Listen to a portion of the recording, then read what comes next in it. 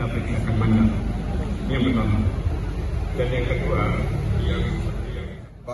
Syederalun, Komisi Independen Pemilihan Aceh mulai melaksanakan rapat pleno rekapitulasi penghitungan suara Pilkada 2024 di tingkat provinsi untuk pemilihan gubernur dan wakil gubernur Aceh. Rapat pleno yang dijadwalkan berlangsung selama 3 hari sejak 7 hingga 9 Desember itu digelar di ruang sidang utama Dewan Perwakilan Rakyat Aceh. Ketua KIP Aceh Agusni Aha mengatakan dalam rapat pleno ini nantinya KIP dari kabupaten kota akan membacakan hasil rekapitulasi secara bergiliran. Dalam pleno tersebut juga turut dihadirkan semua panwaslih kabupaten kota se-Aceh.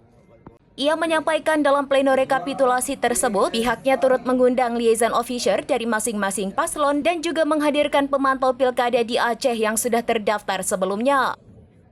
Agusni berharap proses pleno rekapitulasi ini dapat berjalan lancar dan masyarakat juga diminta untuk bersabar menunggu hasil rekapitulasi hingga selesai. Pihaknya juga meminta masyarakat tidak terpengaruh dengan hasil Pilkada Aceh 2024 yang sudah banyak muncul. Dari Banda Aceh, Rianza Alfandi, serambinews.com. ini yang pertama.